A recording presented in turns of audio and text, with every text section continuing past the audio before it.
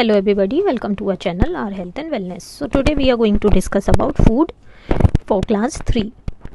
तो जितने भी लिविंग बींग्स हैं सबको खाना चाहिए सरवाइव करने के लिए. एक हमारी बेसिक नीड का एक हिस्सा है फूड. फूड हमें एनर्जी देता है ताकि हम खेल पाएँ, काम कर पाएँ, हमारी बॉडी को बिल्डअप करता है, बीमारियों को दूर रखता है और हमें हेल्दी रखने में मदद करता है. सबसे पहले आ जाते हैं सोर्सेज ऑफ फूड. तो हम बहुत ही वैरायटी ऑफ फूड आइटम्स खाते हैं, या तो वो प्लांट से आ सकते हैं या फिर एनिमल से भी आ सकते हैं. जो प्लांट से आने वाले फूड हैं वो मेजॉरिटी हैं, और इनमें आ जाते हैं सबसे पहले आपके वेजिटेबल्स.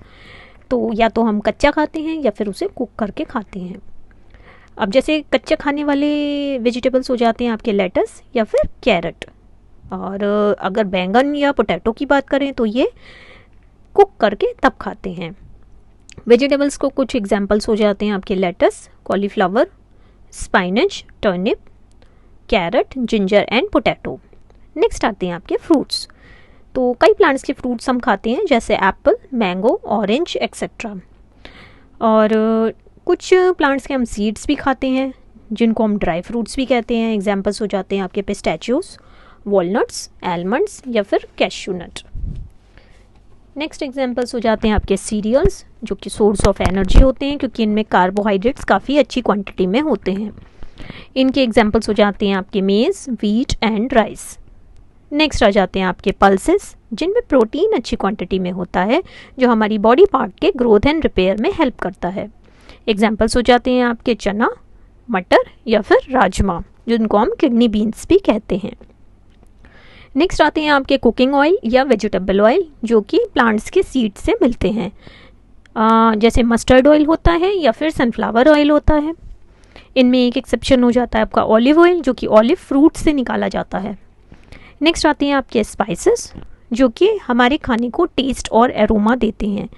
तो ये अलग अलग पार्ट्स ऑफ प्लांट से ऑब्टेन किए जाते हैं. जैसे आ जाता है आपका कार्डमम, इलायची, जो कि फ्रूट से मिलता है. नेक्स्ट आता है आपका ब्लैक पेपर, जो कि एक बीज है. काली मिर्च. नेक्स्ट आता है आपका दालचीनी, जो कि स्टेम है. नेक्स्ट आता है आपका लौंग, जिसको हम क्लव भी कहते हैं, जो कि एक फ्लावर बड होता है. नेक्स्ट होते हैं आपके चाय और कॉफ़ी, जिनको हम बिवरेजेस में क्लासीफाई करते हैं. इनके एग्जांपल्स हो जाते हैं टी, जिनकी हम पत्तियां खाते हैं. और नेक्स्ट हो जाते हैं आपके कॉफ़ी, जो कि बीज होते हैं. नेक्स्ट आता है आपका फूड फ्रॉम एनिमल्स. तो कुछ फूड आइटम्स ऐसे होते हैं जो कि हमें एनिमल से मिलते हैं, जैसे मिल्क या उसके प्रोडक्ट्स, जैसे बटर है, योगर्ट है, चीज़ है, कर्ड है. तो ये हमें एनिमल से मिलते हैं, जैसे काऊ, गोट या फिर बफेलो. मीट हमें एनिमल से मिलता है, जैसे गोट, हैन या पिग. एग्स मिलते हैं हमें बर्ड से, जैसे duck and hen. Seafood हमें मिलता है सी एनिमल से, जैसे crabs, prawns and fishes. Honey हमें मिलता है हनी बीज से. तो ऐसे लोग जो प्लांट्स और उसके प्रोडक्ट्स को कंज्यूम करते हैं, मीट और एग्स नहीं खाते हैं, तो उनको हम वेजिटेरियंस कहते हैं. इसके कॉन्ट्रेरी अगर कुछ लोग मीट या एग्स खाते हैं, साथ में प्लांट प्रोडक्ट्स और मिल्क प्रोडक्ट्स भी लेते हैं, तो ऐसे इंडिविजुअल्स को हम नॉन वेजिटेरियंस कहते हैं. तो जो हम खाना खाते हैं उसको 3 टाइप्स में हम डिवाइड कर सकते हैं. सबसे पहले आ जाता है आपका एनर्जी गिविंग फूड. तो इस तरह का फूड हमें एनर्जी देता है. एग्जांपल्स हो जाते हैं कार्बोहाइड्रेट्स एंड फैट्स, जो कि हमें एनर्जी देते हैं. नेक्स्ट आ जाता है आपका बॉडी बिल्डिंग फूड, जो हमारी बॉडी को ग्रो करने में हेल्प करते हैं. तो जो प्रोटीन्स होते हैं वो आपके बॉडी बिल्डिंग फूड होते हैं. नेक्स्ट आते हैं आपके प्रोटेक्टिव फूड, जो कि हमारी बॉडी को बीमार होने से बचाते हैं, हमें हेल्दी रहने में हेल्प करते हैं, स्ट्रॉन्ग रहने में हेल्प करते हैं. इनके एग्जांपल्स हो जाते हैं आपके विटामिन्स एंड मिनरल्स, जो कि प्रोटेक्टिव फूड होते हैं. सबसे पहले हम जानते हैं कार्बोहाइड्रेट्स के बारे में. तो कार्बोहाइड्रेट रिच फूड्स जो होते हैं, जैसे sugar, rice, wheat, potato, bread, ये हमें एनर्जी देते हैं ताकि हम काम कर पाएँ, खेल पाएँ या फिर हम बाकी की एक्टिविटीज़ कर पाएँ. तो ऐसे इंडिविजुअल जो फिज़िकल वर्क बहुत ज़्यादा करते हैं, उनको कार्बोहाइड्रेट्स की ज़रूरत ज़्यादा होती है. एग्जाम्पल्स हो जाते हैं कार्बोहाइड्रेट रिच फूड्स के sugar, potato and wheat. Next आते हैं आपके प्रोटीन्स, जो कि हमें ग्रो करने में हेल्प करते हैं, हमारी बोन्स को बिल्ड करते हैं, मसल्स को स्ट्रॉन्ग बनाते हैं, हमारे डैमेज्ड बॉडी पार्ट्स को रिपेयर करने में हेल्प करते हैं। तो जो ग्रोइंग बच्चे होते हैं, जो बढ़ते हुए बच्चे होते हैं, उनको प्रोटीन्स की ज़्यादा ज़रूरत होती है, तो उनको प्रोटीन रिच फूड खाना चाहिए, जैसे पल्सेस, चीज़, मीट, फिश या फिर एग्स। नेक्स्ट आते हैं आपके फैट्स। फैट्स हमें एनर्जी ज़्यादा देते हैं, हमारी बॉडी को वार्म कर रखने में हेल्प करते हैं, लेकिन हमें ज़्यादा फैट्स नहीं खाने चाहिए, क्योंकि इसमें क्या होता है, ज़्यादा फैट हमारी बॉडी में स्टोर हो जाता है और हमें मोटा बना देता है। For example butter, oil and ghee. अब नेक्स्ट आ जाता है आपका vitamins and minerals. Vitamins and minerals ऐसे न्यूट्रिएंट्स हैं जो हमारी बॉडी को बीमारियों से लड़ने में मदद करते हैं। हमारी बॉडी को बहुत ही कम क्वांटिटी में वाइटामिन्स एंड मिनरल्स की डेली डाइट में ज़रूरत होती है। मिनरल्स हमारी हड्डियों को बनाने में मदद करते हैं, टीथ और ब्लड के फॉर्मेशन में हेल्प करते हैं। तो ज़्यादातर वाइटामिन्स एंड मिनरल्स हमें फ्रेश फ्रूट्स और वेजिटेबल्स में मिलते हैं। तो कभी कभी क्या होता है, हमें एक्स्ट्रा एनर्जी की ज़रूरत होती है, या हमने जैसे किसी वजह से खाना नहीं खाया होता है, तो जो हमारी बॉडी में फैट्स स्टोर हो जाते हैं वो हमें एनर्जी प्रोवाइड करते हैं। कैल्शियम एक ऐसा मिनरल है जो टीथ और हेल्दी बोन्स को बनाने में हेल्प करता है। आयरन एक ऐसा मिनरल है जो हमारे ब्लड को बनाने में, उसके फॉर्मेशन में हेल्प करता है। नेक्स्ट आ जाते हैं आपके रफेज एंड वाटर। फूड में कुछ रफेज और वाटर भी होता है, ये दोनों भी काफ़ी इसेंशियल एलिमेंट्स होते हैं। रफेज फाइबर होता है जो कि हमें प्लांट फूड से मिलता है, ये वेस्ट मटेरियल को रिमूव करने में हेल्प करता है, हमारे डाइजेस्टिव सिस्टम को हेल्दी रखने में हेल्प करता है। वाटर बहुत ज़रूरी है हमारी बॉडी के प्रॉपर फंक्शनिंग के लिए, फूड के डाइजेशन में हेल्प करता है वाटर, और हमारी बॉडी से वेस्ट मटेरियल को निकालने में मदद करता है वाटर। तो रोज़ हमें कम से कम 8 से 10 ग्लास पानी पीना चाहिए। नेक्स्ट आता है आपका बैलेंस डाइट। बैलेंस डाइट वो डाइट है जिसमें right amount of all the nutrients होते हैं। न्यूट्रिएंट्स कौन से होते हैं? Proteins, carbohydrates, vitamins, minerals, fats, roughage and water. अब नेक्स्ट आता है आपका कुकिंग ऑफ फूड। तो कुछ फूड आइटम्स ऐसे होते हैं जो हम कच्चे खा सकते हैं, जैसे फ्रूट्स हैं, नट्स हैं, लेकिन कुछ फूड आइटम्स को हमें पकाना पड़ता है। एग्जाम्पल हो जाते हैं आपके cereals, vegetables, pulses and meat. तो कुकिंग के बेनिफिट्स क्या होते हैं?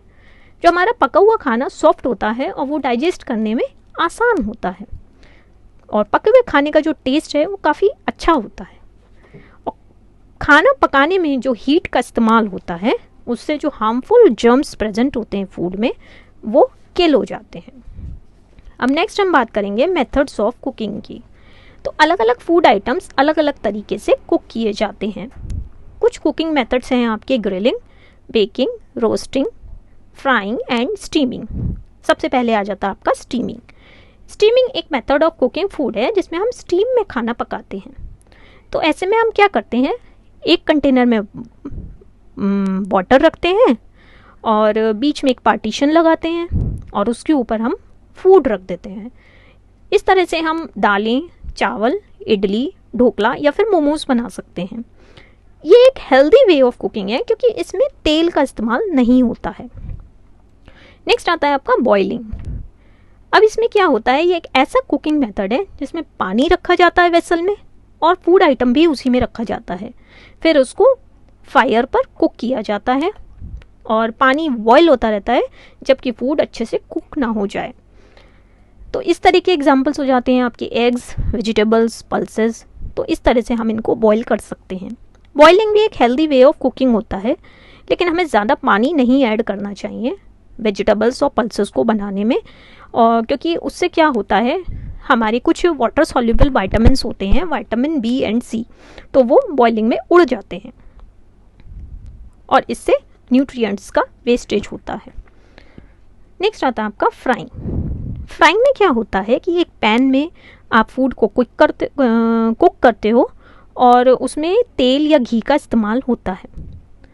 हम इस तरह से समोसे, पकौड़े, पापड़, टिक्की वगैरह बना सकते हैं, लेकिन एक हेल्दी वे ऑफ कुकिंग नहीं है। क्योंकि होता क्या है, जिस खाने को हम घी तेल में बनाते हैं उसमें फैट्स बहुत ज़्यादा होते हैं जो हमें मोटा बना सकते हैं। नेक्स्ट मेथड आता है आपका ग्रिलिंग। ग्रिलिंग में क्या होता है कि हीट सीधे फूड पर अप्लाई की जाती है ऑन अ ग्रिल या फिर तंदूर, और बहुत ही हाई टेम्परेचर पे फूड को कुक करा जाता है।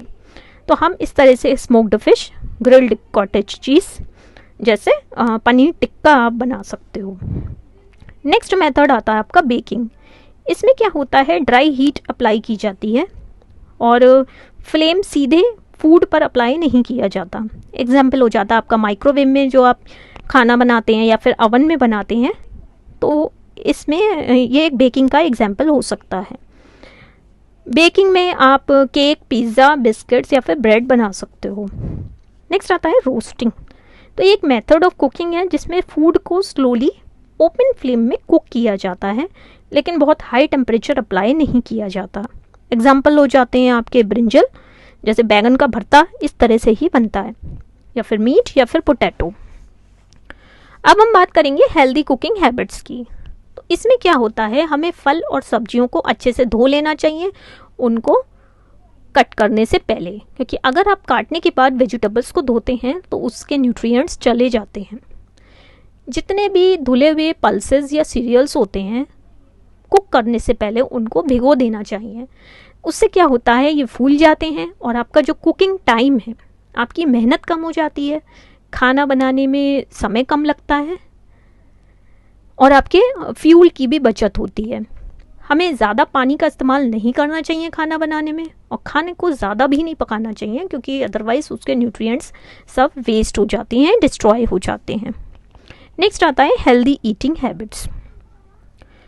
तो हमें सबसे पहले तो खाने को वेस्ट नहीं करना चाहिए। अगर आपके पास एक्स्ट्रा फूड है तो आप उसे फ्रिज में स्टोर कर सकते हैं या फिर पुअर इंडिविजुअल्स को दे सकते हैं।